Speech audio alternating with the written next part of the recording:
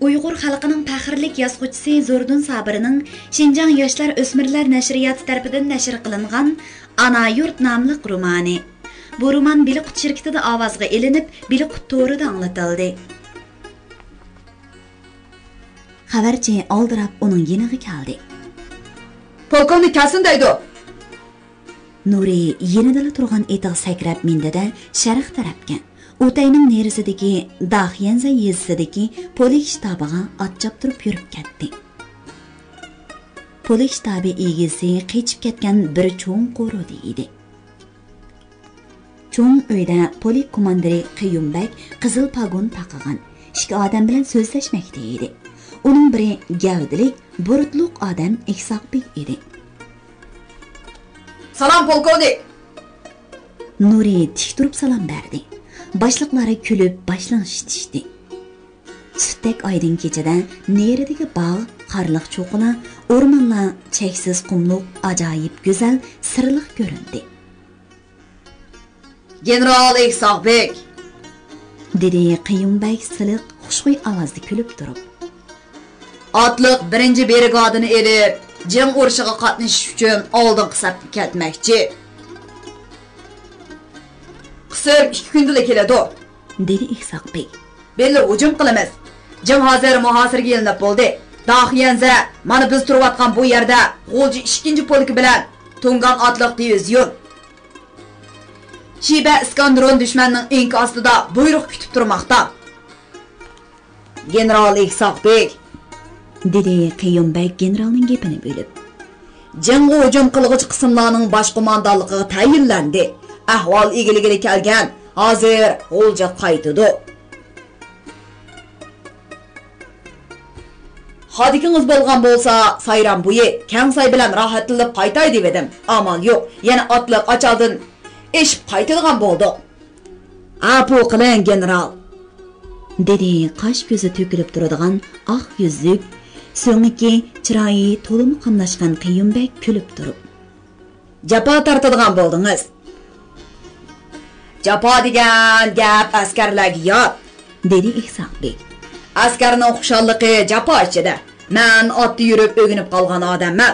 14 yoshimdan tortib askarman. Pamir, Taktimakon, Jo'ng'or, Tangirtog, Qirg'iziston dalolaridagi oyig'im tegmagan yer qolmadi. 30 yil bo'ldi men otdan tushmay chepib yurgilay. Jangchilarga Fukam Nuri Ziyaudinov xushalliqni japa ichidan tepishga odatlansin. Anglasam sen har kuni askarlaringni mashq qildirib etibsan. Yaxshi qilibsan. O'zingmi yilon bag'ri bo'lib 4-5 kilometr yerga yuguriz ekansan. Suvorovni do'rab, qishtimi beshinga har kuni bir chilak so'g'uq suv qo'ydi ekansan. Yaraysan yigit. Japoning cho'ngi oldimizda, Shixoda 6000, Jingda 6000 dushman askari puxta tayyorlanib, xil qurollar bilan qurollanib, bizga qurollarini to'g'irlab turmoqda. Jing nahiyasining 4 tarafi qatma-qat xandak, hamma yer potay. Oxir xandaklari suv bilan to'ldirilgan. Bajaxo, Yongjixolarda pilimot batlaglik sonsiz potaylar bor. Potaylar bilan qum dovlarini ayirmoq tas. Biz ochiq yerda dushman qaltis mo'kingan. Dushman bizni Jing nahiyasidan qat'iy o'talmaydi demakda. 8-urush rayonining qo'mondoni Jo Chavliang, muavin qo'mondoni Go Jichao, 29-korpusning bosh qo'mondoni Li Tijunla nurg'un joylarda nutq so'zlab, ili banditlarni Jing nahiyasiga dastatmay kulga aylantiramiz demakda. Lekin bizning planimiz Jingga yolg'on hujum qilib, Shixoni avval elish, Jingga Urumchidan keladigan yordam yo'lini uzib tashlash, oxirida Jingni erish. Anglagansan Nuri, dedi Qiyumbek hujum kulib turib. Askarlarga tarbiya bergin. Nemishqa hujum buyrug'i berilmaydi deb jiddiylashib ketmasin. Jiddiylashganlarning biri mushu Nuri. Biliqut xazinasi. Yolg'on degan so'z og'zingdan chiqmasin, dedi buyruq ohangda. Taktika, strategiya jangchilardan maxfiy bo'ladi. Unutma yigit. Nuri mana shu chaqdala o'zining jangchi emasligini, 300 dan jiq askarining rahbari ekanligini yodiga oldi. Uning qalbida bir xil xalqqa, urushqa, qo'l ostidagi jangchilarga mas'ul bo'lish hissiyoti tuyuqsiz paydo bo'lib, o'zining uzun vaqtlik qashqulluq, partizanlik turmushidan paydo bo'lgan g'ayniy aqsidan yoqqan qaramliq iddisi bilan to'qinishib qoldi.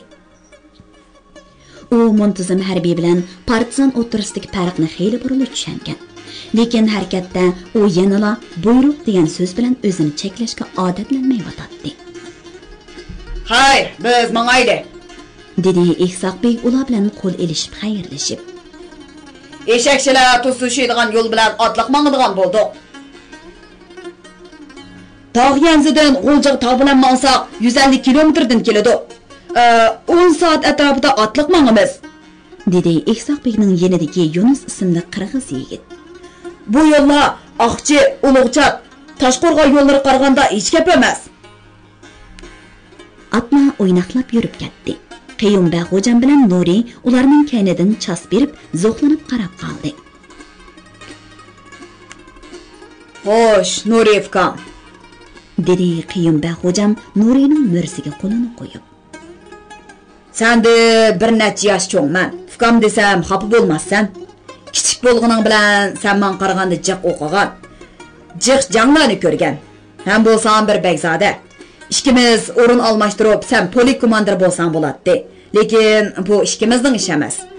O'ylab baqsam, bizning Uyg'urlarimiz ichida Ihsoqbekdek, Polinov, Majarovdek, hech bo'lmasa Oltaydan chiqqan Dalilqon, Sugurbayevdek harbiy bilim bor odamlar yo'q ekan. Zununtipov, Hasanov, Sodirov deymiz. Hammamiz xilma-xil kasblarda o'qigan yoki menga o'xshash ozroqni o'qib, boshliq bo'lib qolgan odamlar ekanmiz. Rost aytsiz, polkovnik. Qayyumbek davarga menifkam. Men hozirdan boshlab hamma ishimda harbiy ish qilishga odatlanmoqchi, janobiy polkovnik. Yaraysan Ziyodinov. Undaq bo'lsa buyruq mangma. At kecha soat 2da bir rota askaring bajaxu hujum qiladi. Yer egilash maqsad emas, dushmanni tutib turish kerak. Fursat bo'lsalar jonliq kuchni yo'qotish, tirik tutib ahvol egilash. U yerda Xanzo baylarining cho'ng-cho'ng ko'zaklari ko'pkan. Dushmanlar shu ko'zaklarda turdi ekan. Mina, potay, okuplari to'limi ko'pkan. O'rinsiz chiqim bo'lmasin, to'liroq mashq qilinglar. Askarlarimizni jangovarligi yaxshi, mahoratni o'stirish muhim. O'zimizda bor bo'lgan qurollarni ishlatishni yaxshi o'rgansin. Dushmanning qo'lidagi qurollarning mo tilini berib olsin. Dushmandan tortib elibla o'ziga etish kerak. Jangchilarga salom aytib. Bo'ldi, polkovnik janoblari. Nuri yarim kechada qaytib kelib, atsila harbiy mashqni boshlab Har bir jangchining urush qilish mahorati va taktika mahoratini o'lchamga yetkazish, hatto oshirib yetish bo'lg'usi jangchilarning g'albi kapolati. U Nelqida partizanlik qilib yurganida tugmanchi o'rus Ivan Ivanovichdan oq podshoh soldatlarining mahoratini o'rgangan. 4-ayning 8-kuni armiya qurilgandan keyin Bayandaydagi ofitserlar maktubida bir mezgil o'qidi.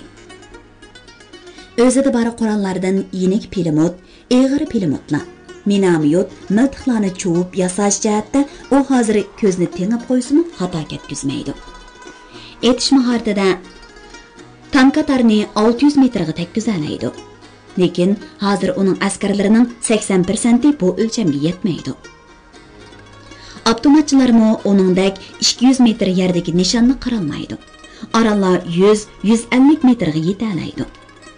Nishonni qarag'alganda Nuri o'ri turib yoki zo'ngziyib o'ltirib 2 minut qo'li titramay miltiq tutib turish mahoratini hozir 10 minutga oshiradi. Askarlarning to'lisining qarag'alganda qo'llari g'alildab titraydi. Qo'l kuchini oshirish uchun Nuri kuniga 8-9 soatdan mashq qilgan. Askarlarmo shunday qilish kerak. Miltiqning eng yuqori challash orlig'i 3200 metr. Nuri bir necha qitim 3000 metrga tekkizdi. Lekin hozir askarlarning mahorati oran 1000 metr. Granat etishda yiroq etish, tochkaga tekkizish mahorati muhim. Nuri askarlarga diametri 2 metr keladigan chambarakka 50 metr neridan etishni mashq qildirg'ili ne vaqt. Hozir ular 30 metr neridan u chambarakka yetkiza oladi. Nuri bo'lsa 50 metr neridan so'zsiz tekkiza oladi. Tochkaga tekkizishda aşı diametri 2 metrlik chambarak ichidagi diametri 10 cm keladigan tochkaga 30 metr. 40 metr neridan dal tekkizalaydiganlar 70-80% ga yetadi. Nimishqa 100% emas. Texi yılan bag'ri o'milab menish, yerga yotganda yonpash bilan yiqilish, yetibla darhol o'rin yutkash, yerga chaplishish mahoratini o'zlashtirish jihatlaridami texi ko'ngildagidek emas. O'milish mahorati sur'atini oshirish, stankovay, tebili, makimeskaga o'xshash 3 putliq chaqliq eg'ari pilimotlarni kechidimi qurashtira oladigan bo'lish kerak. 83 mmlik, 50 mmlik minomyotlar ularning eg'ir qurollari. Bu qurollarni 200 metrlik nishonga har qanday jangchi tekkizalaydigan bo'lish kerak. Dushmanlarning potaylari, akub, yoshirin zob, doplari sonsiz qaramliq bilan yo'qotqilib bo'lmaydi. Mahorat lozim. Jangchilar höpüldab turgan issiqda tog' bag'riga hosirab kelib dam ilishga o'tirib edi. Nuri darhol mashq qilishga buyruq berdi va norozi bo'lgan rota ezod komandirlarini yig'ib yo'qriqlarni dedi. U o'z qo'li bilan qumliqqa ko'vrik sizib, diametri 10 cm keladigan chambarning o'ttirisiga qo'ziq qaqdi. 40 metr aralıqda düşman pilomotining o'q chiqayotgan oshi diametri 10 cm keladigan to'shikka granatni etib kirgizish kerak, dedi u. Bir tal granat zoya bo'lmasin, mashq boshlansin. Yodinglarni ching tutinglar. Mashqda ter qancha jiq oqsa, urushda qon shuncha oz oqidi. Bu General Limos Sufurovning gapi. U o'zi birinchi bo'lib tizlanib o'ltirib 50 metr neridan mashq granatini otdi. Granat dal tegdi. Askarlar ruhlandi. Tog' bag'ri tinch issiqda mashq boshlanib ketdi. Qorong'u tushganda dam elishga buyruq berildi. Jangchilar yotganli yerida miltiqlarini quchoqlab uxlab qolishdi. Nuri muhofizatchisini agashtirib qorovullarni tekshirdi. Ondan bir qum do'nglik qiysaydi-da qo'lchiroq yondirdi. So'mkisidan kitob chiqarib o'qishga boshladi. U kitob o'qimasa uxlay olmaydigan bo'lib qolgani 5-6 yil bo'lib qolgan edi. U seg'inish, g'azab, zerikish, hayajonlanishlardan saqlanish uchun kitob o'qiydi. U kitobga berilganda o'zi yashayotgan dunyodan boshqa bir o'ziga tonish bo'lmagan dunyoga kirib ketadi. U notanish odamlar bilan do'st bo'ladi. Ba'zida so'qishadi, ba'zida gap talashadi. Mana u Musabayov zavodida ishlab yurganida Qozondan kelgan bir tatar masteri taqdim qilgan tatar tilida besilgan Urush va tinchlik nomli kitobni berilib o'qimoqda. U kitobning 4-tomini o'qib etib, Kenaz o'g'li Pierning Napoleon askarlariga asir bo'lgan chog'dagi hissiyotiga to'limi qiziqdi. Ömrida bir tal qo'shiqni bir yerdan ikkinchi yerga yo'tkab baxmagan. As xiyoli Parij hayotining, Fransuz turmushining lazzatlariga berilib, hayotda hammaga shu turmushning qoidalarini o'lcham qilishga odatlangan oq ko'ngil boy bolasi hozir xarobalikda. Oyoqlari yerilgan, osh qursoq, pitlab ketgan. Lekin u bu xo'rliqdan nurg'un qonuniyatlarni bilib olgan. Nuri qo'lchiroqning nurida kirilishib ketgan ot durbisidek so'mkisidan qalin daftarni oldi. Va ximichiskiy qirindosh bilan kitobdan tuvanki jumlalarni ko'chirib yozdi. Asrlikda lapasda turgan chog'da piri insonning baxt saodat uchun yaratilmaganligini, baxt saodat shu insonning o'zida, insonning tabiiy ehtiyojlarining qanoatlantirishida ekanligini, hamma baxtsizlikning yetishmaslikdan emas, balki ortiqchilikdan yuz beradiganligini aql idroki bilan emas, balki butun vujudi va hayoti bilan bilgan edi. Lekin endi yurishning eng oxirgi uchaptisida u tasalli bo'larlik yana bir yangi haqiqatni, dunyoda hech qanday dahshatli narsa yo'qligini bilib oldi. U dunyoda inson baxtiyor va to'liq erkin bo'ladigan shart-sharoit bo'lmaganidek, to'liq baxtsiz va erksiz bo'ladigan shart-sharoitmi bo'lmaydiganligini bilib oldi. u azob uqubatning mo cheki borligini va erkinlikning mo cheki borligini, bu chekning nihoyat yaqinligini bilib oldi. U ko'chirib shu yerga kelganda o'zicha qaqoqlab kulib ketdi va beshini chayqab qo'yib, "Pa, Lev Tolstoy qodis tabiiy xulosalaganda" deb qo'ydi. U 4-tomning oxiridagi og'ir jumlalar bilan ifodalangan falsafiy fikrlarni qiziqib o'qidi. Mulohiza qildi. U qo'lchiroq batareyasining tugab qolganini sezmay qoldi. Qo'lchiroq o'chdi. Atrof qorong'u. Surlik edi. To'g'ri. Azobning cheki bor. Xuddi qorong'uning cheki bo'lganidek. Birdamdala qorong'ulikning o'rnini yorug'lik egallaydi. Yarish yoziqi yangi bir tongni kutib oladi. Go'yo nabodatlar bahorda yangidan hayot boshlagandek. Hasharotlar yer qatlamidan uyg'onib chiqib, mangulik yangi hayotini kutib olgandek. Anglayotganinglar Biliq to'ridan anglatilayotgan ovozliq asarlar sahifasi. Qiz qalbi reallikka qarshi.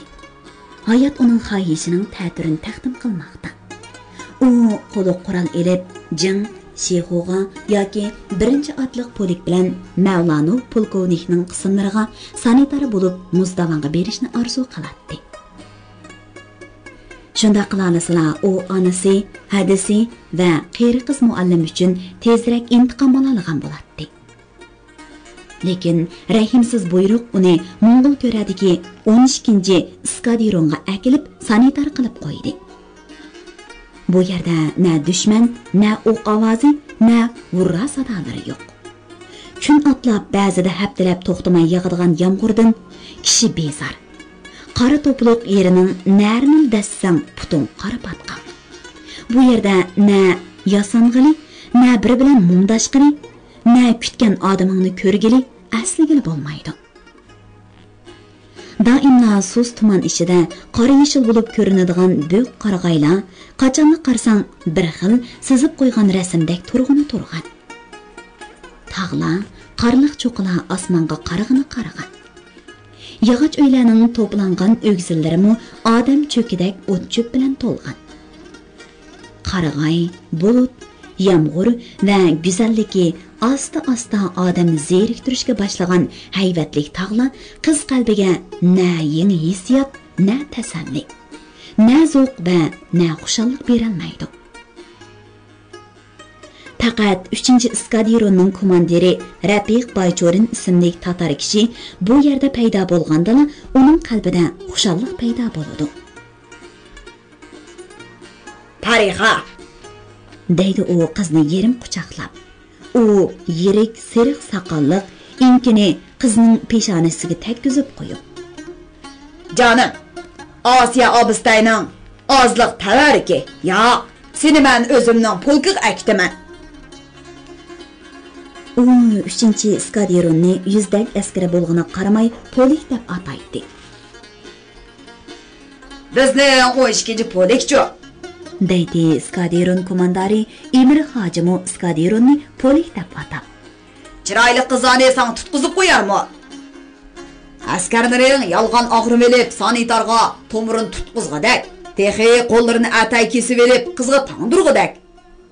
Oy, bog'lab baqqan mashqala tatar qizning qo'lida bir-birini etib olmasili bo'ladi-ku texi. Farida tatar emas, Uyg'ur. Farida emas, Tarixa. O qozon tatarlardir. Yo'q, naq Yorkant Uyg'urlardir. Qora ko'zlari qop-qora. Chashlari sarg'ush, terisi oppoq. Bundoq go'zal chiroy, bundoq figura tatar qizdirdili bo'ladi." Bundoq talash-tardishlar Farixani shodlantiradi. Uning o'zi yaratadigan go'zalliklarini u bir eg'iz, bu bir eg'izdan tilga elib to'liq deb bo'ladi. Qiz yolg'iz qolganda aynak qarab, erlari tilga olgan a'zolarini birma-biri qarab chiqadi. Qora ko'z, sutdek oq yuz, sarg'ush, uzun chash. Ispankisini tushirib kiysa, inchga agma qashri ostidagi yo'g'on, xatlari to'limi yarışımlıq ko'zlarida o'z-o'zidan zo'qinish hisining uchqunlari chashrab turardi. Uning chiroyli kichikgina to'shiklari to'limi kichik burni ostidagi xuddi aloch paturib qo'ygandek ko'rinadigan o'moq lablarida kulki o'ynaydi.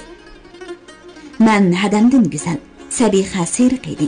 Men oq seriq, yo'q, sutdek oq. Biroq uning bolasi Hamid menga o'xshaydi. Qiz shodliqi tuyuqsiz, qurg'uy ko'rgan qushqashdek quruq qilib uchatdi. Uning xiyol ekranida bir go'zal yigit paydo bo'ladi. Yigitning egiz, kang yelkilik, qamlashgan qomati. Kang peshona, qonxarliq, qosh ko'zi to'limi jalb qilarliq. Chiroyli buruti, yigitlik sufatiga zinnat berib turadigan chiroyi qiz xushalligini nalargadir to'zitib etadi.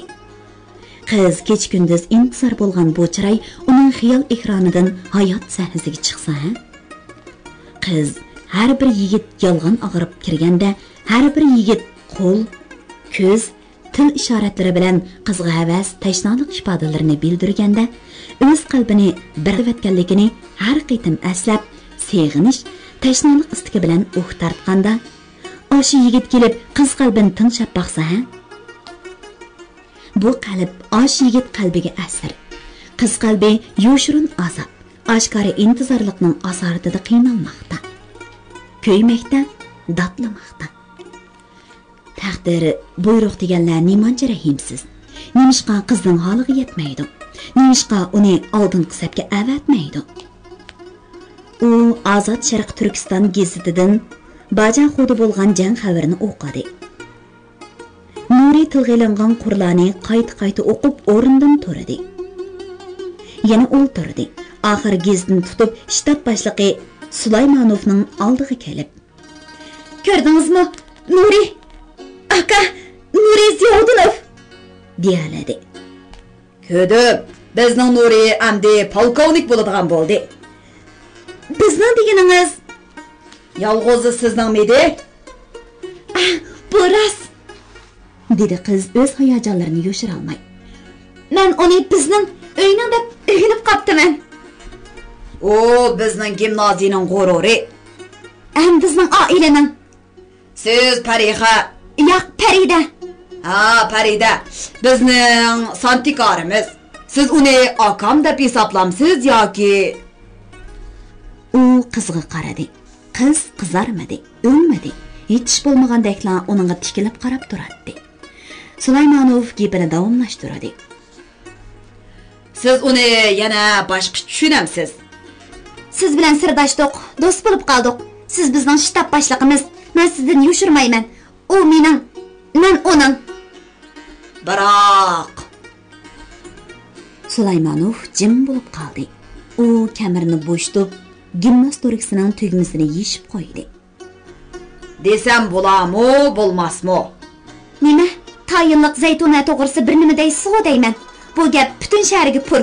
U bir boyning erki qizi." Parixaning lavlari titrab, gap qila olmay dodoqladi. "Davering, men ko'nikman. Qaysi qiz, qaysi xotin kundashlikning dardini tortmagan men degan angliq qiz." "Shaharga pur ketgini balki ig'vodir. Mening demoqchi bo'lganim yangi gap. Boy nurg'un yemaklik, dora, mevalarni elib, askarlardan hol so'rab, 5 mashina mol bilan jing'i beribdi. Zaytuna dadasi bilan billi beribdi. Bu ishni dada qilgan bilan qizi aql ko'rsatgan. Pul nurg'un ishga qodir. Zaytuna Nuri bilan ko'rishdi. Ular qilaman deganini qila oladi. Siz baxtsiz bo'lib qolmang deyman." Sulaymonov qizga qaradi. Qiz tomdek tatirib qaytibli qolgan edi. U hadisi bilan Nurini talashdi. Rahmati hadisi oxiri badani bulg'angan bilan ruhi pokiz ekanligini isbotladi. Parixa hadisining qalbini vafotidan keyin tushundi. Uning qadrdan onasi bir zolim hukumatning o'qida begunoh o'ldi. Dadasi yana bir hukumatning o'qida o'ldi. Onasining qirindosh, urug' tuqqanlari bir millat sifatida jazolanib, Qozon shahridan Sibiriya va Qozog'iston cho'llariga surgun qilindi. Shuncha dardni hech kimi va yulanchiki yo'q yolg'iz qiz ichiga sig'dira olgan edi. Mana bir yo'qlan xabar uni mana tirik murdaga aylantirib qo'ymoqda. qizlar uchun muhabbat shunchalik cho'ng ishmidi, ha? Sulaymonovning qizg'i ishchan qaradi. U deganiga pushaymon qoldi. Biroq kechikkan edi. Uning maqsadi zodi nima edi? Qiz qalbini Nuridan sovutishmi?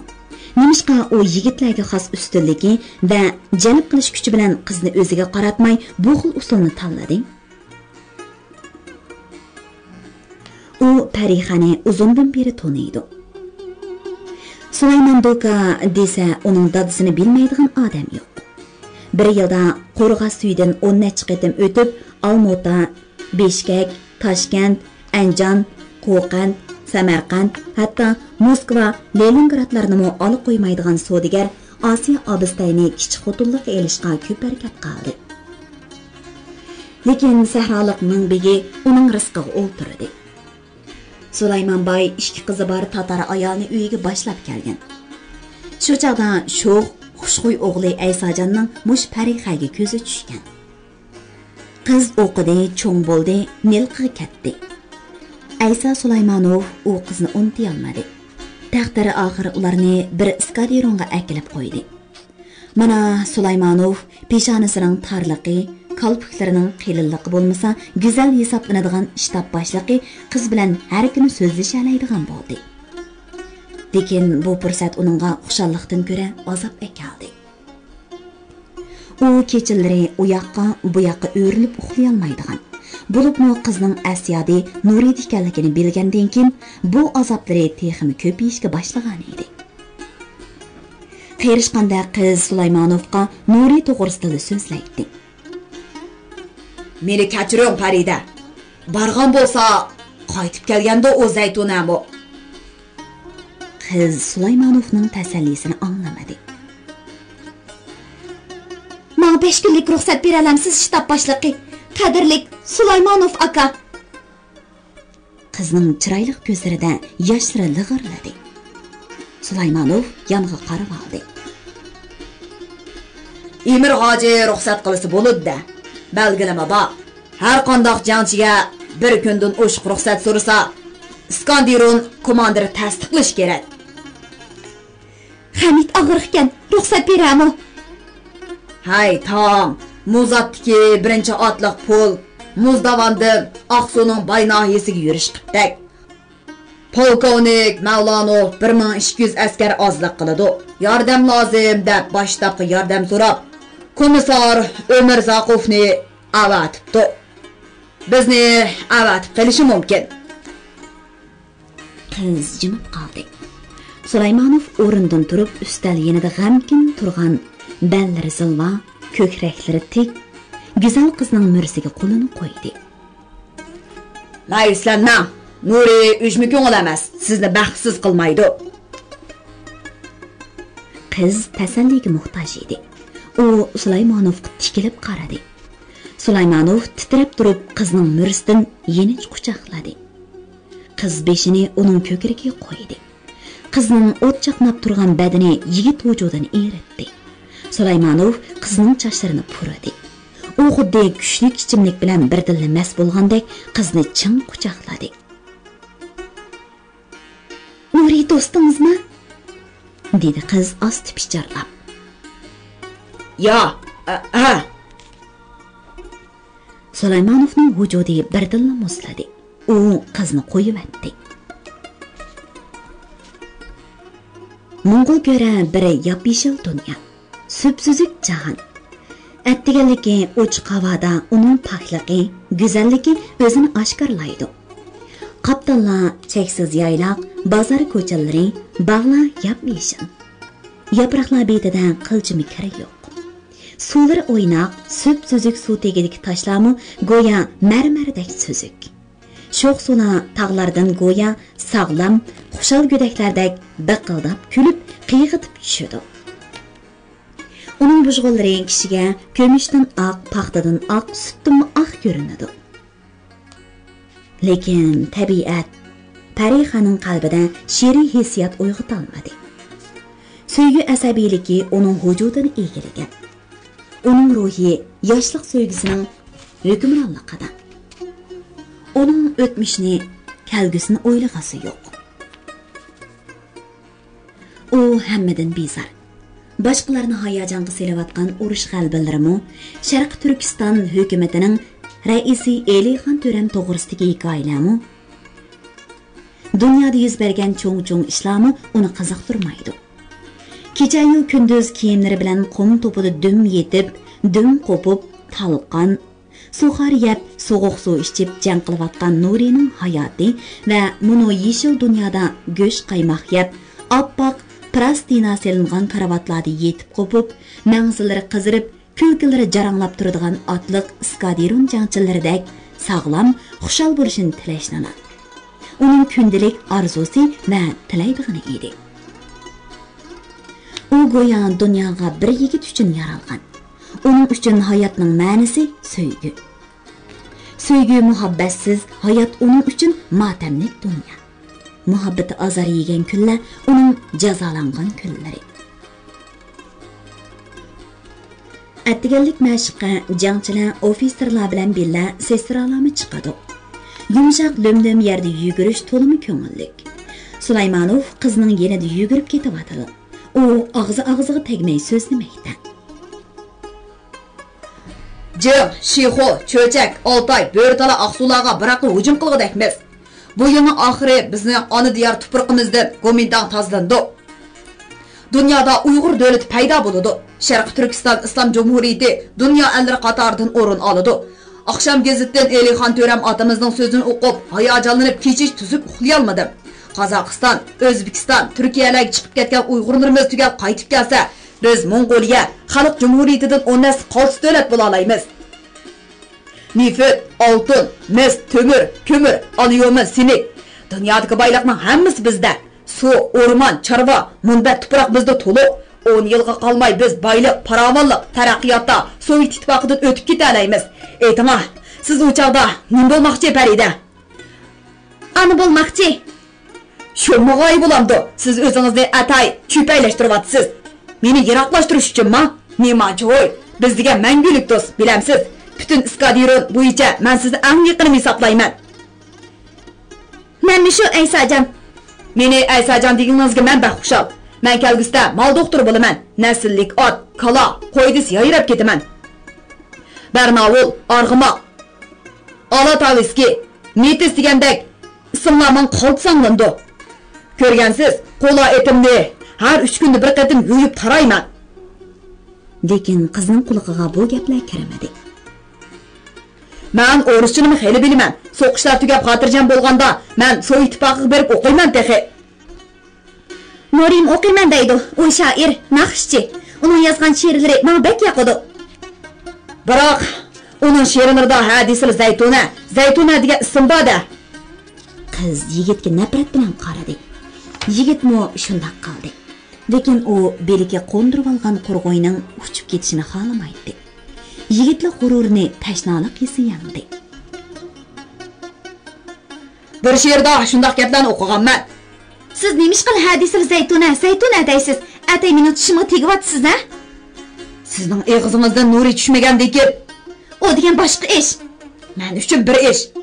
Bu nima deganingiz? Qiz jiddiy so'radi. Yalang'och gap qilish qistimon meni Farida. Siz Nurida meni kullab-atamsiz? Kulkilik. Nimiz kulkilik? Mening bir qizga oshiq bo'lish huquqim bor. Oshiq deganning kullash huquqi bo'ladi-da. Nima? Siz oshiqmi? Tova. Bu mening ixtiyorim emas, qizchoq. Dedi Sulaymonov. Ular tushlik tamoqdan keyin g'o'l saylisiga chiqqan edi. G'o'l tabiatning yarmakkisi. Uning o'ttirasida qarliq davandan tushayotgan sho'x tog'i suyi o'ynab, toshdan toshga urilib oqadi. Uning bujg'unlari oq qosh teshidek suzib, yaltiraq. Ikki qaptal rengarang gullar makoni. Qaptalning to'psi bo'k qarag'ayliq. Qarag'ayliq orasida tik cho'qlarda tog' tekillari shintib qarasa, qelin cho'plar orasida kiyiklar to'pi bahramon o'tlab yuradi. Bo'g'isiga kirib mast bo'lgan bo'g'alar marallarini tuvanga qo'g'lab, tog'ni jaranglatib varqiraydi. Jonliqning muhabbat savdoliqini. Tabiat mast. Sulaymanov 23 yoshlik yigit bahorda uyg'ongan yigitlik hissiyotini qandoqmi yo'shira olasin? Dilqut xazinasi. U alam bilan qo'ram tosh ustida o'ltirdi-da, beshidan shapkasini elib, yana qo'yib, qari peshonasini turishtirib, nerisidagi osmonga taqashgan qorliq cho'qlarga qaradi. Abbasovlar hozir osh cho'qlardan oshmoqda. Qosimjon Qambiri. Sopaxon polkovniklar ulug' ishqa o'zini beg'ishladi. Men bo'lsam bir qizning qo'li. Parixa mag'rur beparvolik bilan qaqoqlab kuldi. Tog' kaptarlari cho'chib uchishdi. Chapqal orasidan to'shqinlar qechishdi. Uning ko'ksi tambur ovozidek zil, tog' suyidek jarangliq, kumush qo'ng'iroqdek jarangliq edi. Qiz yigitni tushundi. Uning qalbi suzuk tavsiy ostidagi tashqi o'xshash aniq ko'rindi. Bu qalbda yo'shirig'idek sirqalmagan edi. Nuri do'stim deysiz o. Uning sevginiga yomon ko'z bilan qaraysiz. Yomon ko'z? Men sizdan nimani talab qilyapman? Umrimdagi eng zo'r ishni talab qilyapman. Menga buni hech kim o'rgatmadi. Mushu kishilik turmush taqdim qildi. Men mo'jiz kitob o'qigan, jiq o'ylaydigan yigitman. Muhabbat inson jismining talabi emas, inson ruhining intilishi, tanlashi. Yana shu falsafa Nuridek. Yana shu Nuri. Agar meni qop qilmay desangiz, shu ismni tilga olmang. Pah, quyosh nuri ko'zimni ajab chaqda. Boshqa ish bodirgil bo'ladi-ku. Quyosh chaqdi desangiz, bu tushunaman-ku. U chaqda haqiqatning nuri chaqnamaydi-da. Dunyoda nuri sizmi go'zal bo'la oladi? Men sizga to'shqin etib beraymi? Sulaymanov tapanchisini oldi. U terikib gap-gutga baxdi. Lekin Parixa jiddiy qilib, "Oxirgi gapim, mendan umid kutmang. Mening ko'nglim uningdan yuz o'rishni jinoyat hisoblaydi. Men sizga iltimos qilaman, shtab boshliq Sulaymanov. Menga 5 kunlik ruxsat bering. Anasam Ziyoddin akam yezig ko'chib chiqib ketibdi. Mening shahardagi qo'rojoyim Hay, quruq qaptek. Men joyimni yetimlar maktabi qilmoqchi. Bu maqsadimni hukumatga, bosh kotib Abdurub Mahsumga yozdim. Shu ishni bitirib chiqay deyman." Qiz tik turib so'zladi. Undoq bo'lsa, shaharga belli kirayli. Men sizga ruxsat berib beray. Otliq tovondan eshib, Jag'istay bilan shaharga bir kundalik tusha olamiz. Sizga rahmat. Orolli quruq rahmatma. Hech bo'lmasa, Yevropachilab qo'lingizning dumbisiga tashnolligimni tekkizib olsam. Qiz so'qini so'zdi. Sulaymanov ikki qo'li bilan qizning qo'lini chang tutib, bu qo'lning dumbisini uzoq purdi va oshko'zlik bilan so'ydi. Yaxshi boshlanish, g'o'jim qilib soqchini olgan o'xshash. Ilohim, shahar mening bo'lsin. Qiz qo'lini ittik tortib oldi. Tizgin serib o'ynaqlab turgan otlarga mingan, harbiy kiyingan bir jup qiz yigit beshiga spank kiygan. Bellarga kamarlarini ching bog'lab, tapancha asqan bir jup yosh, suv sharqirab gapni gapga qo'shmaydigan, qo'ram tashri ustidami mug' va cho'p o'sgan g'olni bo'ylab yo'qiraqa, qarliq cho'qlar qarab o'rnimaydi. Ular osh vaqti bilan qelin qarag'ayliqlarni past qoldirib, tik cho'qlarning bag'ridagi tar sheg'illiq yo'l bilan o'rlayotganda, ularning ustiga kiygizchilik bir parcha qora bulut kelibdi, yomg'ir sharqirab yig'ishga boshladi. Otlar shumshaydi. Ikkisi birdamdala chiliqqida suv ichida qoldi. Nuri 4 yil tog'larda yashadi, xuddi eyiqdek. Yana shu Nuri, boshqa gapga tilingiz bormamdi sizning? Bichara Japonni anjiq tartdi. Tashlaning kameralarida o'nkirlarda xuddi eyiqdek. Bu tog'da yo'lvas bormikin? Yo'lvas yo'q. Hozir mana bir pari bog'i. Tova, japaliq chaydimi yodimga shu keladi. Azroq rohatga yo'liqsam, yaxshi tamoq, ko'ngillik o'tirish bo'lsinmi shu? Shuni o'ylayman, xuddi men uning odamidek.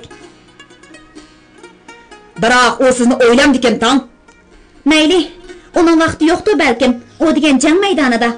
U yerda dushmanni yo'qotishdan boshqani o'ylashga vaqt bo'lmaydi. Pa, bu yomg'ir yo'llarni to'ktirgan bo'ldi. Nimanchi yomon yo'l bu? Tövenge qarsanız başqaydigan qarang'u soy, qarag'aylar nalarda qolgan. Töpən qelin qar bilan qaplangan tik cho'qan. Yo'l shu qelin qarning ostidala. Qari otdanmi egisin. Navada yuqoridan qari siyrilib tushsala, bu jangchilar jahannamni ko'radi. Qizni surib bosdi. Otdan tushib piyoda mangayli, mening beshim qayvatidi. Biz hozir dengiz yuzidan 6000 metr egizlikka chiqdik. Avu ko'ringini avliyo cho'qa. Shu cho'qidan orsaqla tövenge mangimiz. Birdala hamma yerni tuman bosdi. Bir mingdan nerini ko'rgili bo'lmadi. Tabiatga rahmat. Qiz otdan tushib, g'alildab titrab Sulaymonovning yenidan panoh izladi. O'lib ketarmizmi? Qo'rqma, o'tib ketadi. Yigit qizni quchoqladi. Qiz g'alildab titrab Sulaymonovning qo'llariga ching yamashdi. Qo'rqib ketyapman. Meni. Azmat, otlarga ega bo'l. Sulaymonov muhofizachi yigitga buyruq berdi-da, qizni belidan quchoqlab ko'tarib oldi. Qiz uning bo'yniga chingkira soldi. Tabiatga rahmat. Qizning yumshoq ho'lmangzi yigitning yirik soqolli qo'pol yuziga chaplashdi. Qiz mangzi nimancha lazzatlik. U qizni bag'riga ching tengib, bir qadam xato bossala, tikyardan g'olaydigan yo'l bilan shimolga qarab qadam tashladi. Uning qadamlari sheg'illiq yo'lga cho'nqur izlarni qoldirdi. Lekin rahimsiz yig'in bu izlarni hash-bash degicha yo'qotmoqda. Go'yo vahima qiz qalbidagi heliqi o'chmas nurni bir mahal o'chirib qo'ygandek. Sulaymonovning yuki barg'ansir eg'irlashmoqda. Qizning yozliq harbiy kiyim ichidagi badanidan shuncha yomg'irdimi, chiliq-chiliq suv ichidimi harorat kelmoqda. Bunu harbiy kiyimlar bo'lmaganida, orqasidan 3 otni yetilab kelayotgan muhofizachisi bo'lmaganida, Sulaymonov lazzatlarning meg'izi, jon aromining toji, hissiyot daryosining cho'nqur qaynimini ko'rgan bo'lmasmidi? Elim shukri. Yomg'ir to'xtamasala, qiz muni vahim behushligidan afsi kelib, yo'lqinmasla bo'ladi. Sen oldimdimi? dedi Sulaymonov muhofizachisiga buyruq berib. Otlarni bir-birining g'onjuqsiz chetib qo'y. Otlar odamdek ho'shyor. Ular quloqlarini shingtaytib, puxta qadam bilan muhofizatchining kaynidan mangmoqda. Sulaymonov texim ostaladi. Uning barmoqlari uni doim behush qiladigan qiz ko'ksiga asta tegdi. Qiz bir nimalarni deb pichirlaydi-yu, ko'zini ochmaydi. Qizning ching odamni mast qilg'idek ko'ksi Sulaymonovning olqinida asta mo'jildi. Uning yana bir qo'li o'ziga bo'ysunmasdan qizning odam jalb qiladigan sag'arisi, yonboshlarini saladi. Uning badaniga o't tutashdi. Erlik ruhiy ishtihosi, jismoniy talpinishi uning aql idrok turmazlarini nobud qildi. U qizning ko'ksini mo'jigan sari qizning ko'zlari xumarlashdi. Lekin qiz ko'z ochmaydi. Sulaymonov yo'g'on qo'ram tashning daldisiga to'xtadi. U qizning qisqa ishlarini asta tövenge tortdi. Qiz jim turdi. U qizning gavdasini oldirab tashqa yo'lida ikki putining orasiga kirdi. Qiz badanida bo'layotgan bir azobliq lazzatdan cho'ch bo'shiq keldi. Lekin u kechikkan edi. Sen iflos! Qiz ingradi. Siz amdi mush iflosga mansub. Qiz yerda o'ltirib elib, unsilib yig'ladi. Sulaymonov uni chin quchoqlab, xuddi och bo'ra qo'zi go'shiga o'zini otgandek oshko'zlik bilan so'yishga boshladi. Yashsun avliyo cho'qa, yashsun qora bulut, shari-shari yomg'ir. Sen kimga xiyonat qilding bilamsan, hayvon? Mayli, meni etivassun. Bu degan bosqinchilik. Ixroman. Men seni harbiy sotga beraman. Mayli, men o'limga rozi. Qiz yig'ladi. Lekin u yanada Sulaymonovning quchqida edi. Men mushunda qilsam, sen erisha olayman. Men sendan nafratlanaman. Nafratning tegi muhabbat. Nafrating muhabbatga o'zgardi Farida. Ular shimolda tar, tik qapdallari qalin qarg'ay bilan qaplangan, o'ttirsida shimolga qarab tog' suvi oqadigan g'olning beshida yana atlandi. Yomg'ir to'xtagan yap-yeshil tog'lar, yo'pirmoqlar ustidagi marvoyitdek tomchilar, tog' qushlarining navolari, jangal dumboqchisining to'q-to'klari tabiat go'zalligini yana ko'rgazma qilmoqda. Lekin qiz qalbi azobda. Uning ruhi tushkun, ko'zlari ishg'an. Uning vujudida nafratdan boshqa narsa qolmagan.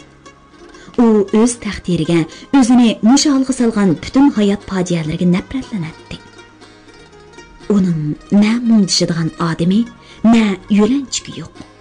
Endi u kimning ismini tilga oladi? Nurining nomini mushu bulg'angan badanidagi eg'iziga qandoqmi ola olasin? U endi kim uchun, nima uchun hayot kechiradi? U tapanchisini g'ilabdan asta chiqardi. Uni oldida ketib borgan yovuz odamga to'g'riladi va tepkisini bosdi. Chars qoldi, o'q chiqmadi. U shu chaqda bildi. Uning o'qlarini Sulaymonov elib olgan ekan. Beliqut şirketida ovozga elinib, Beliqut to'rida anglatilayotgan Uyg'ur xalqining faxrlik yozuvchisi Zordun Sabirning Şinjan yoshlar o'smirlar nashriyoti tomonidan nashr qilingan Ana yurt nomli romanini bugun mushargacha anglatdik. Davomini atigi anglitishimizda davomli anglatamiz. Bu roman Şinjanning har qaysi joylaridagi Shinhua kitobxonalarida sotiladi. Do'stlarning bu romanni setib olib saqlab qo'yishini alohida tavsiya qilamiz.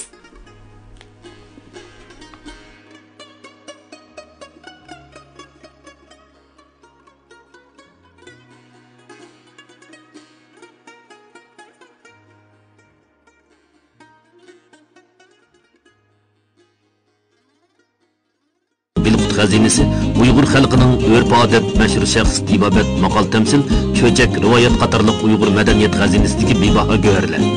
Karton ilpa, qonun nizom, ishorat tili, tan tarbiya, fizika, ximiya qatorliq 600 dan ortiq kasbiy sohadagi Uyg'urcha, Xanzucha, ingliz 3 xil til, 6 milliondan ortiq so'z, ovoz ham surat bir gavdalashtirilgan kompyuter yumshoq detali. Bilmaganni Bilqutdan bil. Bilqut xazinasi